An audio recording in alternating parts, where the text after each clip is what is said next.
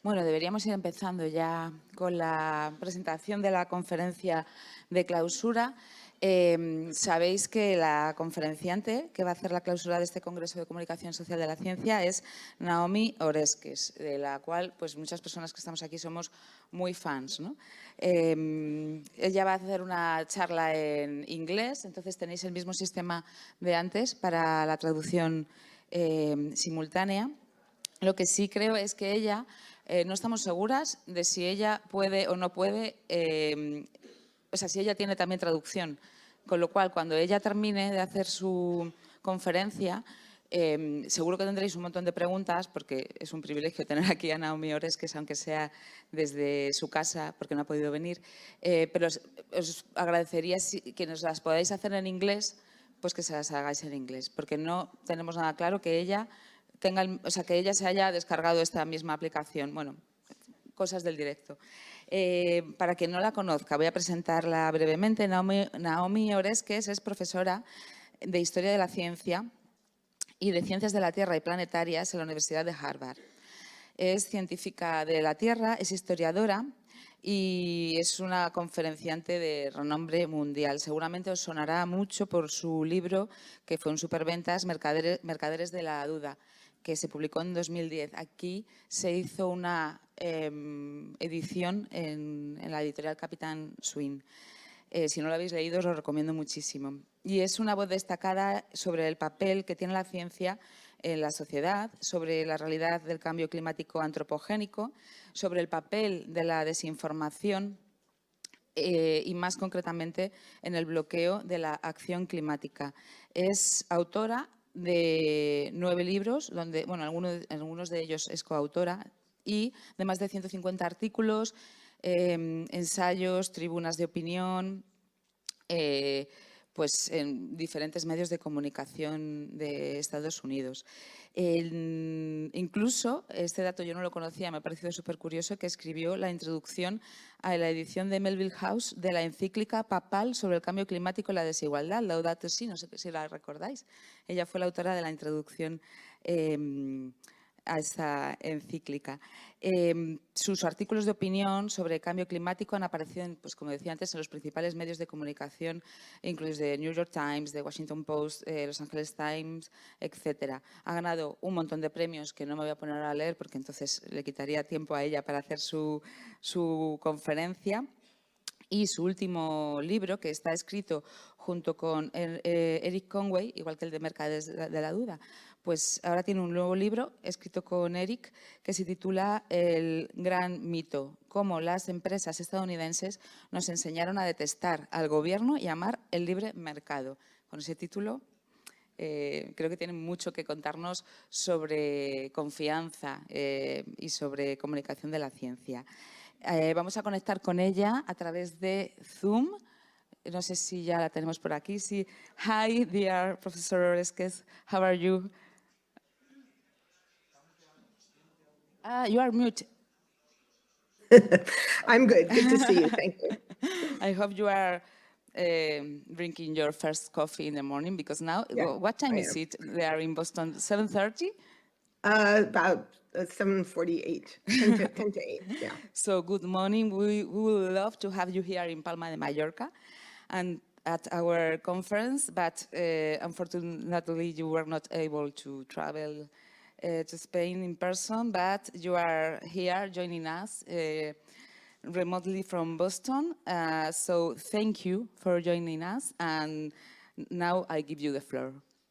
Thank you. Yes, I'm sorry I wasn't able to join you in beautiful Mallorca, but it's the middle of term here. But as I think you said in your introduction, I understand a little Spanish. Several of my books have been translated into Spanish by my Spanish publisher, Capitán Swing, so I hope people will be able to read some of the books and some of my work. So I'm going to share my desktop. So give me just a minute here to pull up my slides. Okay. Good. So I think you can see that. Yes, good. All right. Well, as you heard, it's early in the morning here, so I have not been able to be with you for today's session, but I did catch the tail end of the last session, and I think what I'm going to say is very consistent with some of the concerns I heard being expressed about the idea that science isn't always trustworthy. Sometimes we have reason to be cautious or skeptical. And one of the things that I have been working on in recent years is to think through this question of when science is trustworthy, when it's not, and what we as a community should be doing to make sure that our science is trustworthy. So as I'm sure all of you know, there has been a lot of talk lately about trust in science. And most of it, at least from the perspective of the scientific community, is focused on whether or not people trust science. And I have contributed quite a bit to this work. So there are really two genres of this sort of work. One genre are survey work, surveys that ask people questions about their views of science to try to understand whether people do or don't trust science. And then, so that's one genre that I've contributed to, including a recent large paper on trust in science in 68 different countries around the globe. And then the other genre are more historical philosophical arguments, and that's what I tried to do in my recent book, Why Trust Science, which has been translated into Spanish. Survey work mostly focuses on two main questions. Do people trust science or not? And is there a crisis of trust in science? I think all of us have seen headlines, particularly the journal Nature has made quite a bit of fuss about this, asserting that there's a crisis of trust in science. That assertion is not actually supported by the evidence. If we ask the question, do people generally trust science? The answer is mostly yes in most countries. So the idea that there's a global crisis of trust in science is not actually supported by the scientific evidence. However, what we do find is that there are significant minorities of people who do not trust science. And often these minorities can be demographically identified. That is to say, it's not random. It's not an individual who just says, oh, I don't trust science, that there are definite patterns.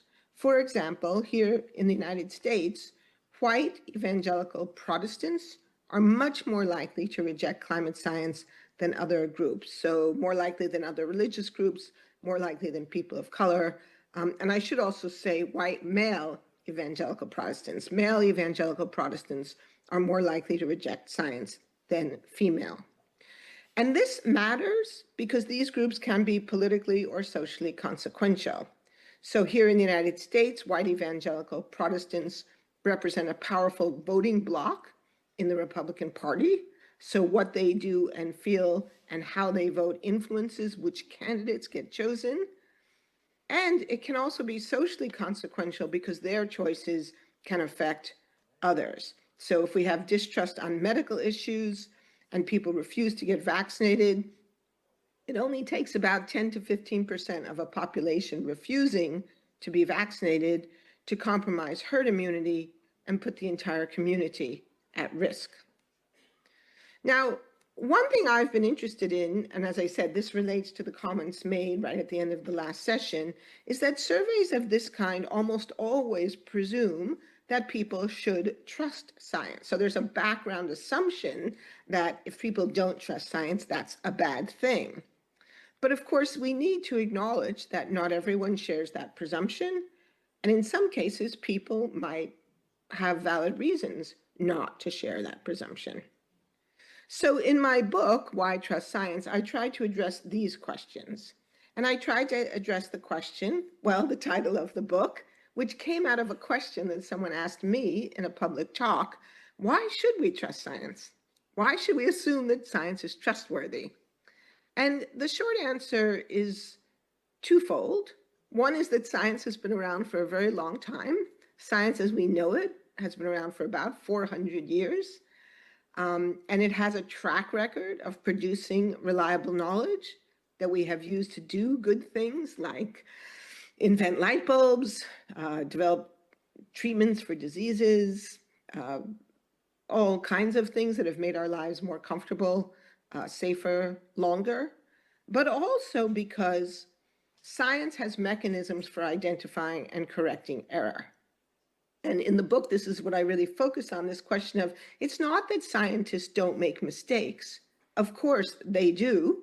No human activity could ever be error-free, but science has organized mechanisms for identifying those mistakes and fixing them.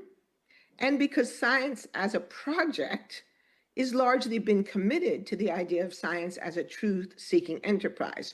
So when we identify error, we have an obligation to try to correct it. And the history of science, we have 400 years of history now that shows both how these mechanisms work and that by and large, they have worked rather well overall. Now, of course, there are exceptions. And in the book, I spend quite a bit of time looking at some of those exceptions for us to better understand what we learn from those mistakes. Now, the caveat that I make in the book is that these mechanisms work best when scientific communities are diverse. So in the United States right now, diversity initiatives are very much on the defensive because of President Trump. But I think it's really important for us as a community to stand up for diversity, because it's not just a question of, quote, doing the right thing. It's what makes science work, because science depends upon the ability to see things from different perspectives. We need to be open-minded, open to discussion, open to criticism, and particularly open to reevaluating our views in the face of new evidence. This has been a theme in nearly all of my work. It works best when we maintain a certain degree of humility, something scientists are not always great at. We have to be open to the idea that we might be wrong.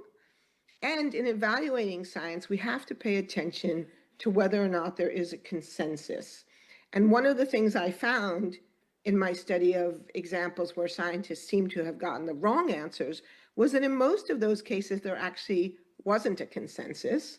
In fact, scientists were still arguing, or the community was lacking or not listening to important perspectives. So in the book, I look at a couple of examples from health where we can see that women's voices were missing from questions that had to do with women's health.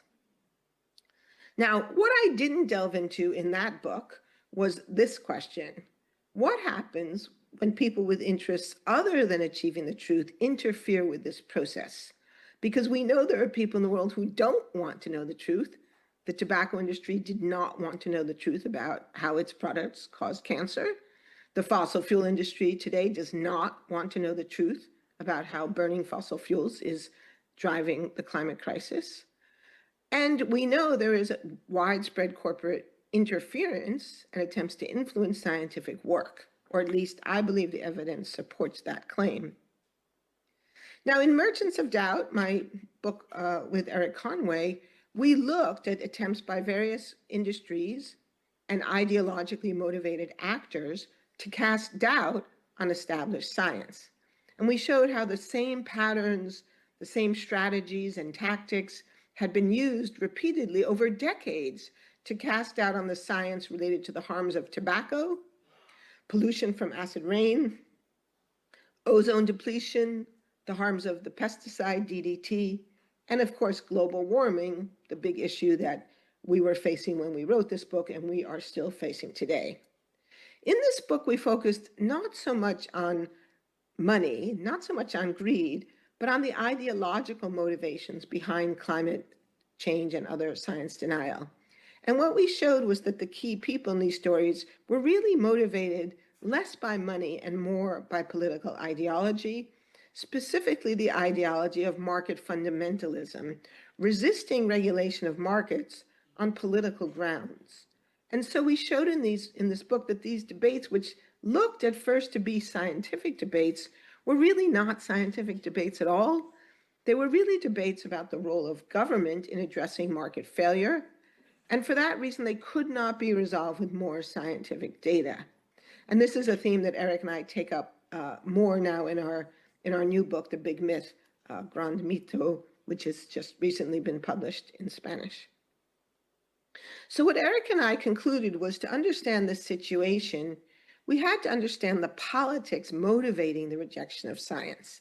And this turned out to be very hard for our scientific colleagues who didn't want to get involved in the politics or didn't want to do things that they perceived as politicizing their science. And we found it was also hard for journalists who felt they had to present, quote, both sides of the issue. And so when we tried to say to journalists, look, don't give equal time to these science deniers because that's wrong and misleading, journalists had a hard time with that. And so the argument that I have made in recent years is to argue to journalists that your role is not to present a balanced story because the world is often out of balance. Your role should be to present an accurate story.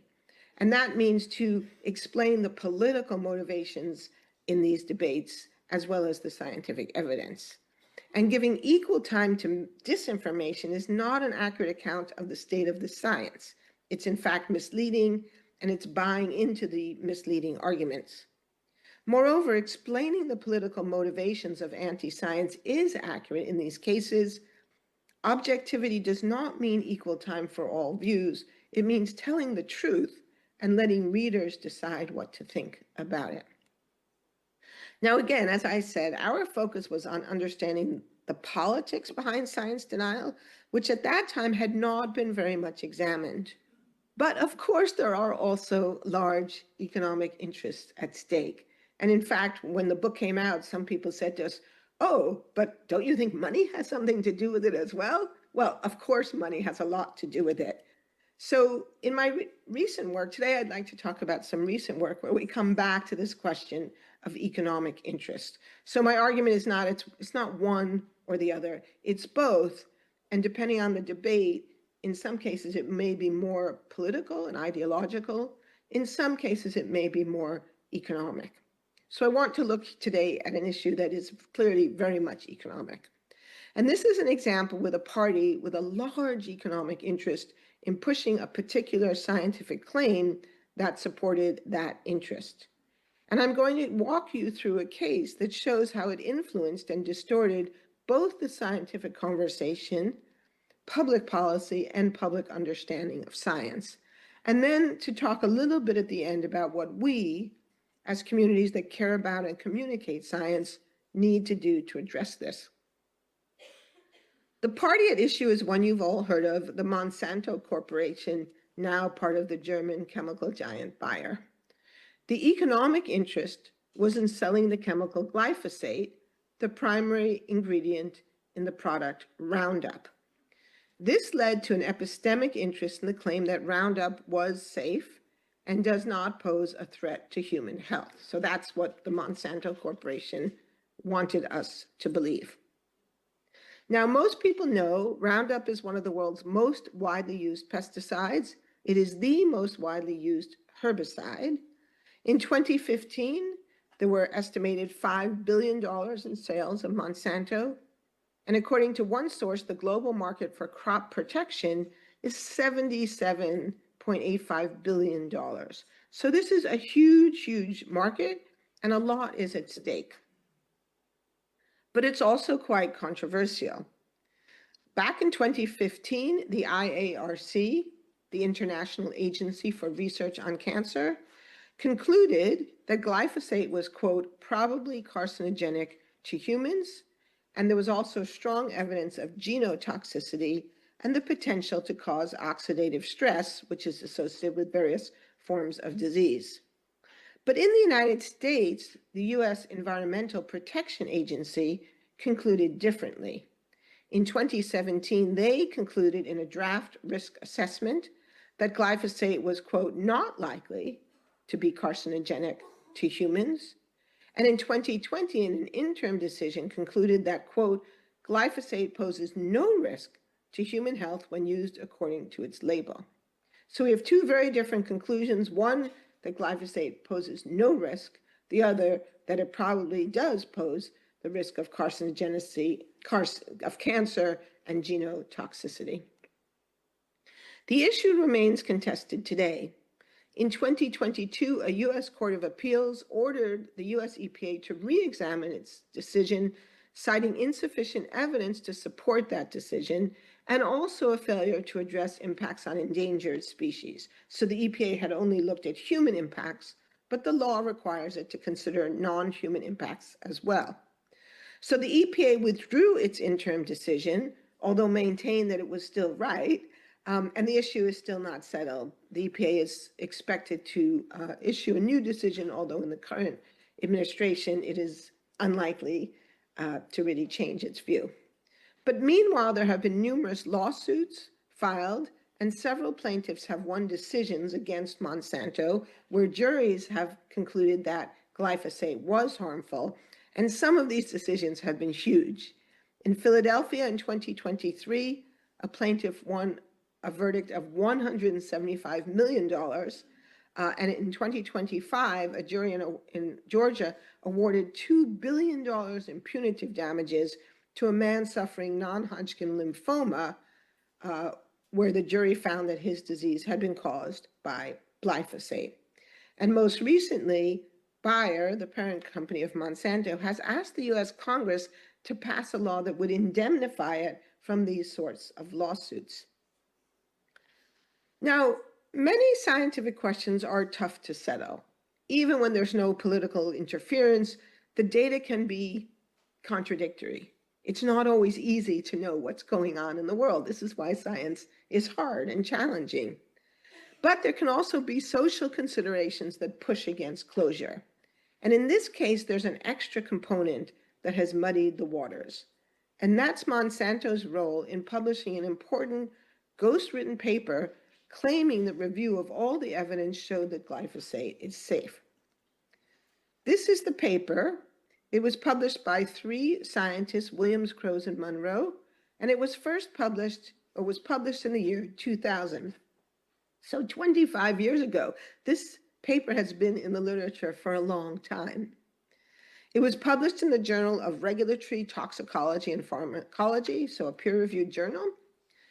The authors were not especially prominent, but 2 of the 3 were academics, and all 3 appeared to be independent of Monsanto and therefore presumably objective. So if you, as a science journalist, read this article, you would not have had any reason to suspect that the paper was not legitimate. And if you see here, if you look towards the bottom of the screen, you can see that the paper concluded pretty much without caveats that reviews of the safety of glyphosate and Roundup herbicide that have been conducted by several regulatory agencies and scientific institutions worldwide have concluded that there is no indication of any human health concern. So a pretty categorical claim that a broad review of the data shows no evidence for concern regarding human health. But in fact, this paper was not objective and independent. It was conceptualized and largely written not by the authors whose names appear on the front page, but by Monsanto employees. Now, how do we know this? The evidence came from the Monsanto papers, documents released in legal discovery. And some of you may know about this. This was extensively covered by journalists at Le Monde in France, particularly Stéphane Foucault and Stéphane Orel. And I definitely recommend, if you're interested in this, to read some of their work on this important topic. In one document, Monsanto employees are discussing how they can influence the ongoing IARC discussions. So in other words, they're saying that the whole point of doing this is to influence IARC not to find glyphosate to be dangerous. And they propose repeating what they have already done in the case of the Williams, Crows, and Monroe paper. So the Monsanto employees wrote, and so these are in documents that came out in court, rather than hiring experts to do a comprehensive independent review, they suggest, quote, a less expensive, more palatable approach might be to involve experts only for the areas of contention, epidemiology, and possibly MOA, that's mode of action, depending on what comes out of the IARC meetings. In other words, depending on what the IARC says, they're going to adjust the paper accordingly.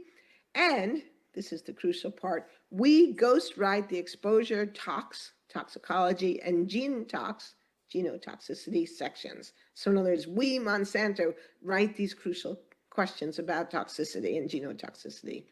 An option would be to add certain scientists' names to have their names on the publication, but we would be keeping the cost down by us doing the writing, and they would just edit and sign their names. So that's pretty clear, a pretty clear statement of what's going on. Monsanto is writing the paper specifically in response to IARC deliberations, and then they're going to put the names of some independent scientists on the paper to make it seem independent and objective. In other words, the paper would be ghostwritten. Now, various news media covered this story at the time when it came out, including Science Magazine, National Public Radio, even Fox News. And as I've just mentioned, in 2018, Le Monde journalists Stéphane Foucault and Stéphane Orel documented various strategies employed by Monsanto to defend glyphosate, including ghostwriting scientific papers, launching public relations campaigns, and intimidating scientists through legal and bureaucratic measures, as well as a campaign to discredit the IARC. There have been several academic papers written about this and an important book by the journalist Carrie Gillam. So what I'm telling you today is not new. We've known about this issue for quite a few years. But despite all these revelations, despite media coverage, this ghostwritten paper remains in print and has never been retracted. And it should be retracted because ghostwriting is a form of fraud. It presents as authors people who were not, in fact, the authors. The journalist Paul Thacker has written that ghostwriting pollutes science and medicine with, quote, corporate marketing designed to look like independent science. And we argue that if we have reason to believe that ghostwriting is having an impact on important scientific findings, then we have good reason not to trust science, at least in that case. So ghostwriting threatens the integrity of science, and it threatens public trust in science, and in fact, rightly so. So the question that my postdoc and I, Alexander Korov, wanted to answer was, so what impact did this paper have? Was Monsanto effective in influencing regulatory decision-making? Did it matter that this ghostwritten paper was in the literature? And so we undertook a study to answer that question, and the short answer is it had a lot of impact, quite a bit of impact. So our paper just came out a couple of months ago. It's called The Afterlife of a Ghostwritten Paper, published in Environmental Science and Policy. And in this paper, we examined the impact of the ghostwritten article in 3 domains. First, in science itself, through analysis of citations in peer-reviewed literature. Second, impacts on policy, through analysis of citations of the paper in government and policy documents and reports. And third, public understanding of science by looking at Wikipedia entries, which is one of the main places people go to learn about all kinds of things. And this is particularly important nowadays because ChatGPT and other large language models rely very, very heavily on Wikipedia. So what's in Wikipedia will determine to a great extent what you learn if you ask ChatGPT, is glyphosate safe? So I'll talk about each of these areas in turn. If we look at academic science, we see that this paper has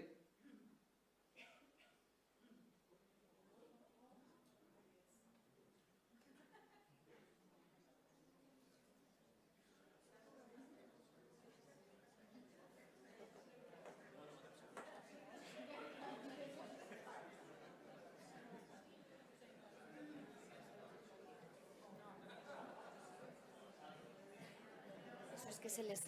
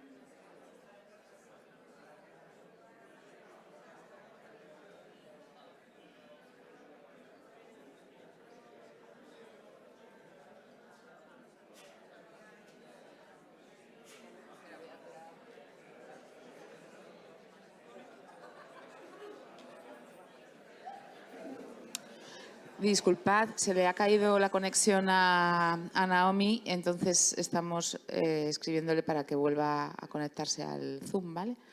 Vamos, se ha caído su conexión.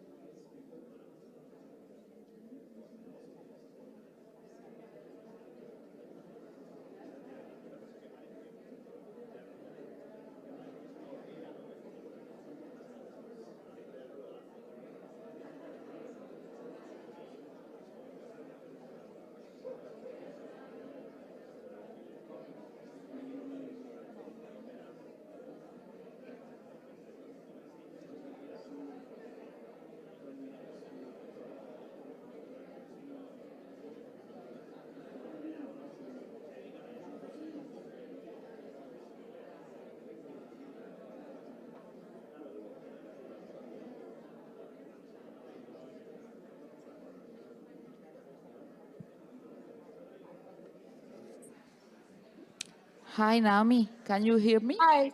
Yeah, I'm trying Yes? to connect. Yes. I think there was some kind of problem with your connection, but now I think it's already working. So if you want, you can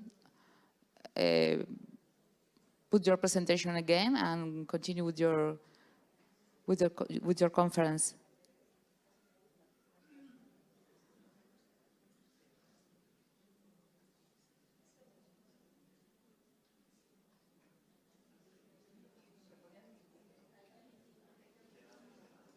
Tienes que admitirla. Está diciendo que está en la sala de espera. Tienes que darle a admitir.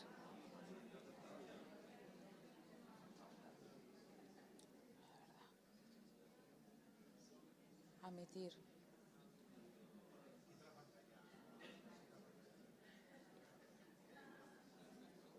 Hello? Hi. Yes. Yeah. Hi, Naomi. Yeah, we lost electricity here, but if you can hear me, I'll be able to continue speaking. Now we can hear you, but you are now with your phone, not with your computer. Yes. Correct. And Correct. you will All right, not I'll do be... my best. Okay, but now you are not able to do it with the presentation, but you can talk and we can see you. And Yeah. it's okay. Okay. Okay, Good. thank All you right, very much. I'll do my best to, yeah, sorry about this. Okay. So I think I left off talking about the paper. So the paper is very, very widely cited. Hold on, I'm just trying to get organized here. Yes, and our argument is that it really became a landmark paper, very, very widely cited paper. Now, in 27, now obviously, before people knew that it was ghostwritten, then it was reasonable to cite it. So we wanted to look at how much was the paper cited after 2017. And I don't know if you can see my chart here, but it shows that even once the paper was written, people continued to cite the paper very extensively. So the simplest explanation, of course, is maybe people just didn't know that it was ghostwritten. Now, if we look at policy and government documents, we see a similar pattern. We identified 36 unique different government documents that cited this paper, and almost all of them cited it to say that glyphosate was safe. So we see this paper strongly influencing government documents. And one particular one we found was a frequently asked questions produced by the Canadian government. And the question was, quote, "I've read on the internet that glyphosate causes cancer and is an endocrine disruptor. Is that true?"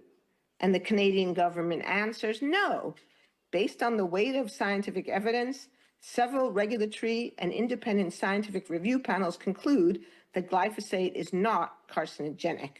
So we see how this paper is influencing how people view the weight of evidence. And then the third area is public understanding. So here we looked at Wikipedia articles and found all the articles in English. And this analysis was done in English, but you could do the same in any language. We found several articles on glyphosate, all of which quote this paper. We also looked at the editing history of the paper, and we found that in a number of cases, Wikipedia editors had tried to add information saying, well, hold on, this paper might not be valid because it was ghostwritten. And then other editors edited that out, saying, no, the paper was never retracted, so you cannot say that it's not valid. And some of the editors explicitly do this in the name of objectivity. They say, if we're going to be objective, we have to cite all the science and we can't just pick and choose, even though they know that this particular paper is ghostwritten. So what we find is that we see that this paper has had very broad impact. And I'm going to skip over this part that's a little tricky to explain without my slides, but we have specific examples where people cite real life examples, for example, farmers in France saying glyphosate is safe and citing this paper. So this paper has been very, very influential, even to the point that a farmer in France is citing this paper to defend the use of glyphosate. So, okay, I've already spoken about that. So our conclusion, as I've mentioned, this paper published 25 years ago is still in press. It has never been retracted. The journal has never printed any kind of correction. And the acknowledgement of the paper simply says that Monsanto gave them access to information, but says nothing about the role of Monsanto in writing the paper. Now, we have written to the journal editors, and we have made a request now for this paper to be retracted based on our demonstration of this history, and we are waiting now to hear from the journal. But if you look at the history of retractions, you see that retractions are rare, and that when they do occur, they often take a very long time, sometimes years or even decades. So the mechanisms we have available for retraction are very, very slow and probably not sufficient. Now, this leads to the obvious question, how common is this problem? And it's hard to say because by definition, fraudulent papers don't admit that they're fraudulent. People hide malfeasance. So it's very, very hard to know. But we do have evidence, particularly from the pharmaceutical industry, that these kinds of practices may be widespread, at least in cases having to do with pharmaceuticals. So, and almost all of these cases, the information comes from lawsuits because that's how these kinds of things are made public. So, for example, in 2009, a lawsuit involving the pharma company Wyeth showed that 26 papers in medical journals on hormone replacement therapy were wholly or in part ghostwritten by Wyeth or people that Wyeth had hired. These papers supported the benefits of hormone replacement therapy and minimized the risks. At the time, Wyeth was earning near $2 billion a year selling hormone replacement therapy drugs. Another example involved the pharma company Parke-Davis. They sponsored papers intended to encourage the use of their anticonvulsant drug, gabapentin. Company employees planned a set of 24 papers to be written by what they called guest authors. 11 of the planned 24 papers did in fact appear in the intended respected medical journals, and not one of those papers disclosed the company's role in the paper writing and publication. There's a very excellent article that was published in 2012 by two physicians, Xavier Bosch and Joseph S. Ross, explaining how ghostwriting works. Typically, an industry employee or contract writer prepares the paper and then recruits an academic expert to put their name on it, perhaps after a bit of minimal editing, and submit it for publication. The academic gets paid, sometimes a little, but sometimes a lot. But in most cases, the academic has no access to the actual data. So the academic is in no position to judge whether the study was done properly or not, or whether the claims of the paper are true.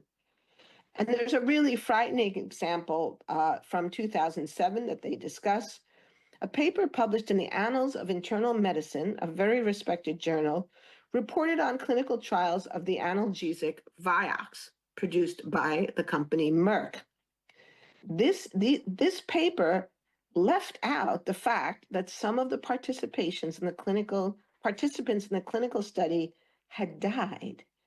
The paper's first author later confessed that Merck, quote, designed the trial, paid for the trial, ran the trial, and then asked him after the fact to be its author. All he did was edit the paper. And as many of you may know, Vioxx was later taken off the market after studies showed that it increased the risk of heart attack and stroke. And a later investigation by the US Food and Drug Administration concluded that the drug may have caused 60,000 excess deaths. So most of the known examples come from pharma because of lawsuits associated with harms or alleged harms. The prominent British psychiatrist David Healy has been trying to call attention to this issue for decades. He testified in the British Parliament in 2004 that he believes the evidence shows that as many as half of all articles dealing with therapeutics were ghost written. Now, this does not mean that the same problems necessarily apply in physics or chemistry. We can understand why questions related to drugs and pesticides would be ripe for this kind of interference, but it does raise the question of how widespread these practices are. So, to conclude, besides raising the question of how widespread these practices are, it also raises what I consider to be the urgent question of what we need to do about it. Many of us are familiar with the website Retraction Watch, which reports on retractions of scientific papers, but who is actually responsible for identifying papers that should be retracted? There's no organized structure within science to deal with this question. Generally, it is assumed that the editors or the authors will retract a paper if it becomes clear that there are serious errors or problems. But of course, authors won't self-report on their own malfeasance if they're complicit. And editors, well, like other readers, they may not have any way of knowing that the paper is fraudulent, but also once they've approved a paper, they may be reluctant to admit their error. It takes a brave editor to say, I was hoodwinked by this paper. So my argument, I hope you all will take forward and think about, and if we want science to be deserving of public trust, we need to develop new and better mechanisms for making sure that our science is in fact trustworthy. Thank you so much, and I apologize for the technical problems, but I hope that my talk was coherent and comprehensible. And if you're interested, as I said, the article's been published, and I have a nice slide here, but let's see if I can just, if you want to learn more, we've written 2 opinion pieces about this, one in Undark and one on the Conversation. Hi. Thank you very much. Thank you, Naomi.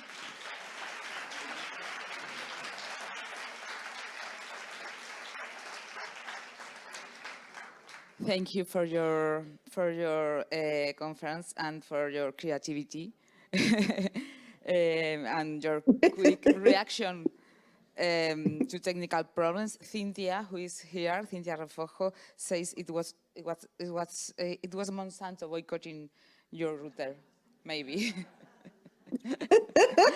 So maybe. So now we have. I'm sure we will have questions from the public. So, yes.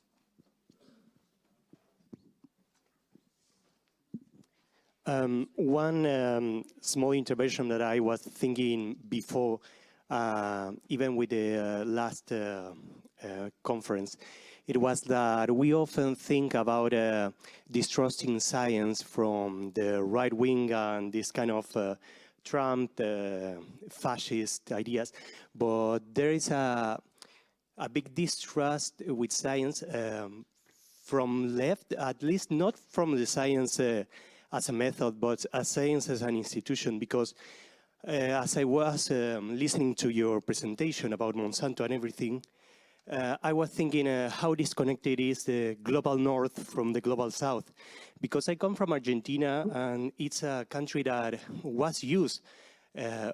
Monsanto used the whole country as a test for Roundup and glyphosate and everything, this kind of agricultural chemicals. And in the 90s, the Ministry of Agriculture signed a contract with Monsanto about the test, and legislations were changed. And it was a public discussion already in the early 2000s about the consequences of that agreement, because we were already experiencing the cancer, the leukemia in children, the malformations at birth. So the country could not hide. And it was addressed from the medical, scientific communities and journalism. And it was a national public discussion already in early 2000s. So for me, it's this kind of surprise that the Monsanto papers appear 15 years later, when it was a national-wide conversation. How is it possible that in the global north, people didn't know that? And it was not about some test case studies in a scientific study. It was already a big country, big rural communities who were suffering the consequences. And that is the kind of things that I address as you can criticize the idea of science from the left side, because it's an institution that reproduces the colonial and cis-heteropatriarchal ideologies and all the kind of things that are part of the world that we are trying to change. Yes, thank you for that intervention. It's an extremely important point. I'm glad you brought it up. So this is a very big problem with the press in the global north, particularly here in the United States. There's very, very little coverage of these kinds of questions in other countries. There's a kind of US-centric bias in almost all American science reporting. And one of the things I've been trying to do in my own work, well, besides giving talks like this, working with colleagues, I've been working with colleagues in Brazil recently, to try to support better reporting on these kinds of questions.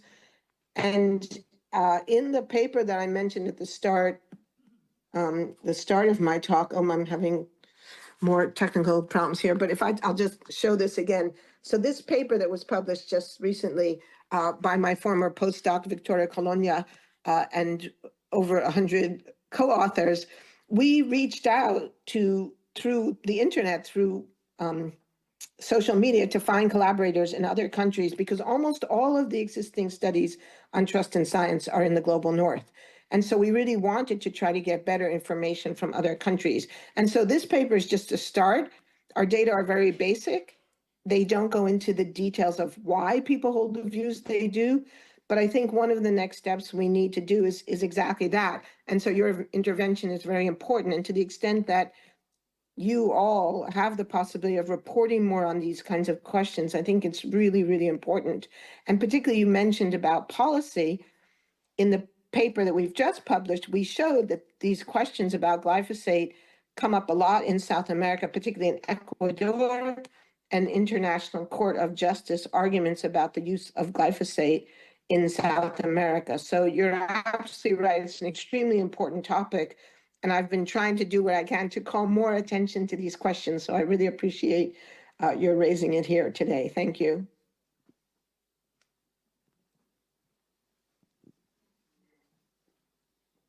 One more question. Hello, Mrs. Oreskes. Well, thank you so much. It's really inspiring seeing you talk about this and all the academics working on this. My question is, we know the scenes of the scientific community and the scientific model. In a way, you mentioned a few, but bias against women and minorities, relationship with corporations and money, or maybe the use of publicly developed knowledge and technologies by industry without a return to the public, yeah? So my question is, we cannot do much about evangelists. Maybe we can learn from them something, like how to communicate, even in their case, without evidence. We can learn from them how to create community and other things.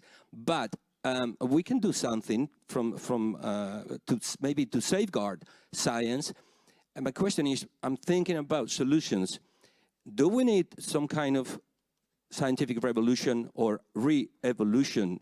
Do we need to change science to protect it from also from editorial, publish or perish and excessive competition? Do we need to set new standards for scientific practice? I think the short answer is yes. And it's a tricky moment. Right now in the United States, most people don't want to criticize science because we're afraid that any critique will be weaponized and used by the Trump administration against science. But I think that's a mistake. I think we need to view, there's the old cliche that a crisis is also an opportunity. I think this is a moment where there is the opportunity to say, Donald Trump is wrong about science, and here's why. Robert F. Kennedy is wrong about science, and here's why. But there are things that the scientific community needs to do, and many of these things are overdue, as we've been talking, as the previous questioner said. I mean, we've known about Monsanto's activities in South America for decades. So there is a need for a broader conversation about science and its role in society and its role in ensuring the integrity of scientific work. And, it's very interesting because there have been many polls about people's attitudes about science. And one of the most reliable in the United States is the Pew Research Center polls on science. The things that in the United States, most people do trust science. And most people think the federal government should support science, so they do not support what Donald Trump is doing right now. But they also believe that the priorities of the scientific community are not well aligned with the priorities of the American people. And I agree with that. I talked about that. And for decades, the scientific community has ignored the feelings, the concerns of regular people. And I think we need to think about how we can make our science more responsive to the concerns of all people and not just the concerns of Monsanto or big business. Because right now, so much science is skewed in the direction of what corporate interests want, in part because so much science is paid for by corporate interests.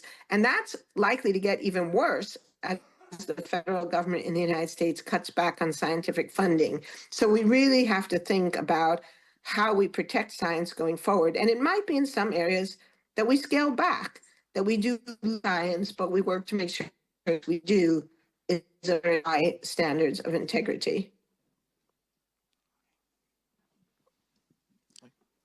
Thank you. Okay. Yeah. Hi, Naomi. Thanks a lot for your talk.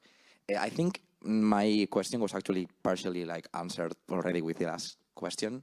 But I wanted to ask, so I don't know if you were able to follow the last panel, but there was one of the panelists that said that trust in science by society is basically really high, and even when you kind of denounce, report some misbehaving in science, people still keep trusting science. But she said that there was this exception when people perceived that there were third parties involved influencing science, when science is seen as being politicized. But my question is, from what you're saying, I think maybe the scientific community should be engaging more into politics and denouncing the political sides that are actually kind of actively going against scientific knowledge and the scientific community. So my question is, should the scientific community, or maybe we as science communicators, be engaging more in science, denouncing and reporting more political misbehave against science, or should we remain kind of more neutral, as this might increase the distrust of society in science? I don't know if my question is clear. Yeah, no, it makes sense, and it's a really important question. I think the whole ideal of neutrality doesn't really work. I mean, it's appealing in principle. Of course, we should be neutral. We should just report the facts. But when you have other parties deliberately manipulating the situation, if you attempt to be neutral, you end up just buying into their framing of the problem. And I think it's very interesting. I have seen the studies that show that people distrust science when they think there's third-party intervention. And again, it shows that most people are not stupid. Most people are pretty clever. We should be skeptical of science if we think it's been manipulated by third parties. You know, part of the argument in my book, Why I Trust Science, is to say science works if there is openness, transparency, and if different views are taken into account, and if the science is not being manipulated by third parties with a vested interest in a particular outcome. So if we have evidence of manipulation, if we have evidence of bias because of the role of funders, we need to be talking about that. And of course, it is a bit risky. It does mean that in the short run, some people will distrust science more. But in the long run, I don't see how any way that we protect the integrity of science, we have open discussions about these practices, unless we and demand that journals retract papers that should be retracted. And so my Sasha Korov and I have been having a conversation. We wait for the journal to respond. And so far it's been a couple of months. We'll give them a few more months, but at some point, if they don't do something, then we'll have to write another article saying, you know, this is really problematic. And the public would be right not to trust papers published in this journal if they know that papers are fraudulent and they don't do anything about it. And I would welcome if any journalists would like to collaborate with us and maybe write a journalistic piece about the story. We would welcome that opportunity.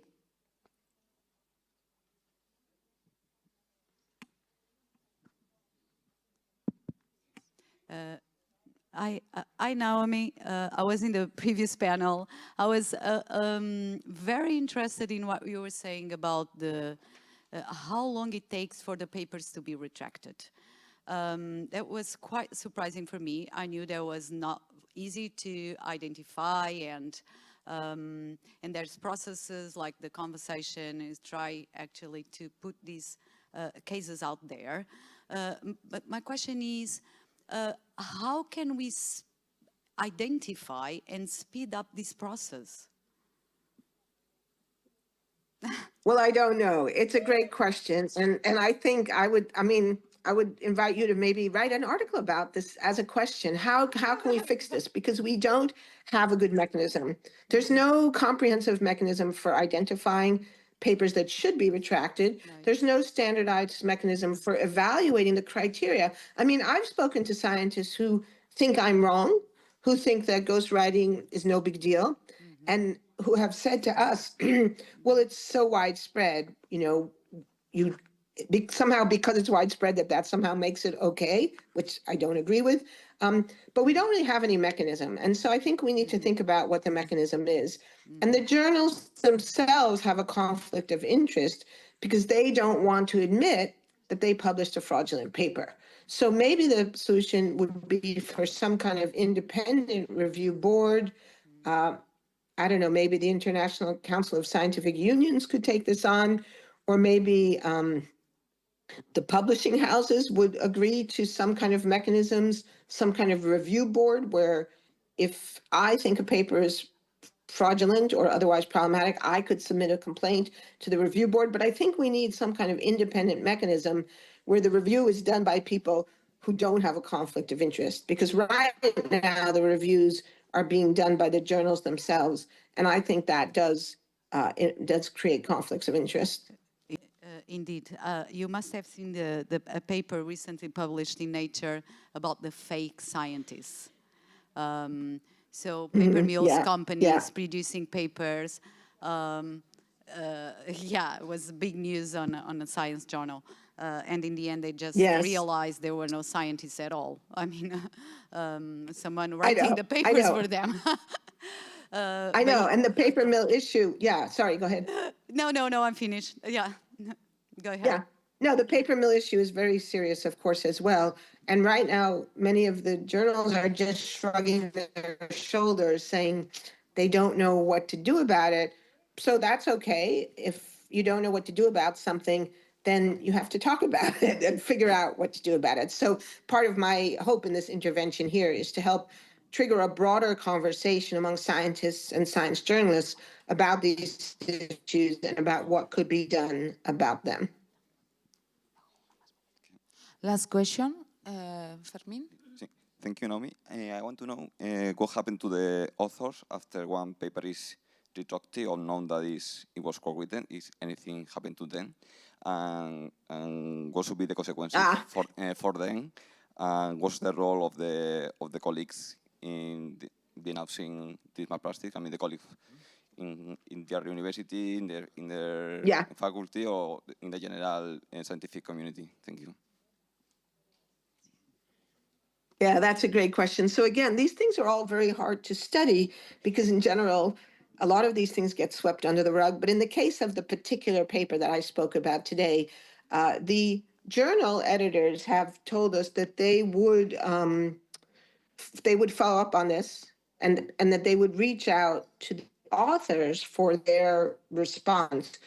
2 of the 3 authors are deceased. So this tells you how long this whole process, how long this has been going on.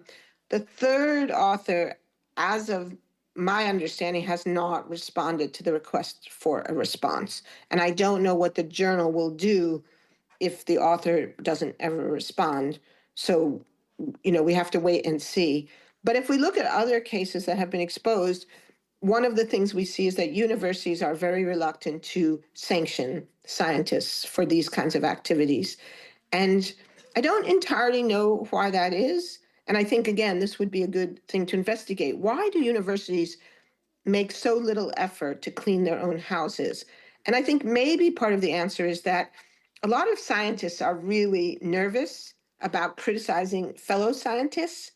I think there's a kind of guild-like mentality that we don't criticize our own, or there's a defensive mentality that we have enough criticism coming from the outside world that we don't want to be criticizing each other.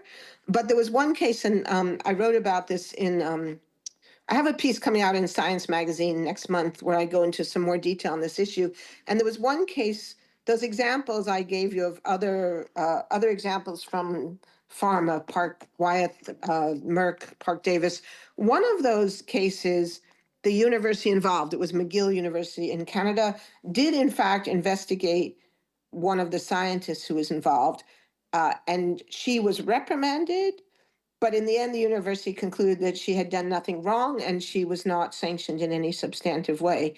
Now, how they could possibly think that she did nothing wrong, it's not clear to me.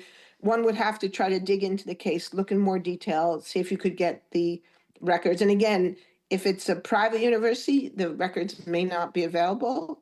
If it's a public university, they probably would be. But in general, universities have been very reluctant to address these issues. I think we need to bring pressure to bear on universities to say, you need to have mechanisms to take seriously these problems.